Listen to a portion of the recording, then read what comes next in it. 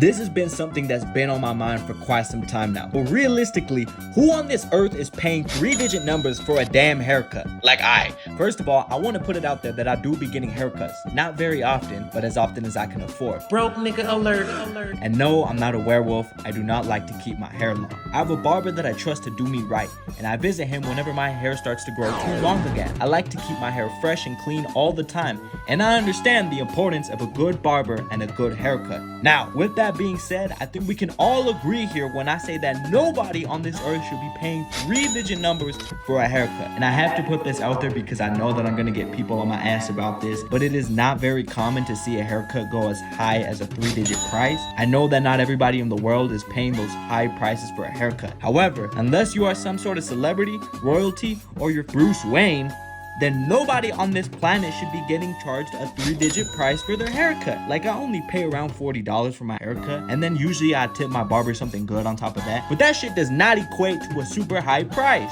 If it were up to me, I would say that one haircut, no matter how much it's done, should not exceed $60. And that's me being generous, because you gotta think about the people who have to get haircuts every 2 weeks because they are insecure about growing hair that's any longer than like 2 inches. Could you imagine having to pay $60 twice a month for an entire year? That means that you will be paying over $1,400 every single year just to maintain your hair. Now, obviously, the average person is not going to be paying that much yearly in just haircuts alone, but you have to imagine that there are people out there right now who would be willing to. These type of people are usually already rich and got it like that, but still, $1,400 is not cheap. I was just doing the math, and I already pay around $600 a year for haircuts alone. And keep in mind that I only get my haircut about once a month. Another point that I want to bring up is that usually these expensive haircuts mean it's going to be a crazy ass transformation, from looking homeless to looking gorgeous. But that's the thing, I've been seeing these crazy ass transformations on my Instagram feed,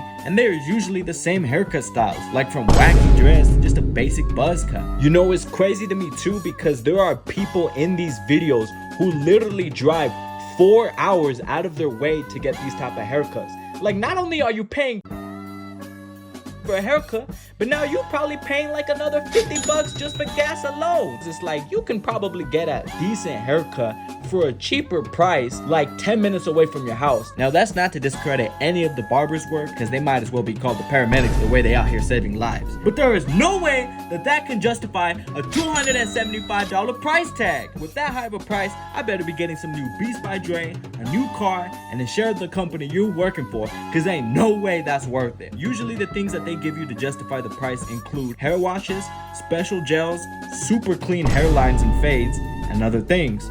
But that's the thing! The other things are stupid and pointless. If you really think about it, the other things usually mean they give you high quality products and use special tools on your hair.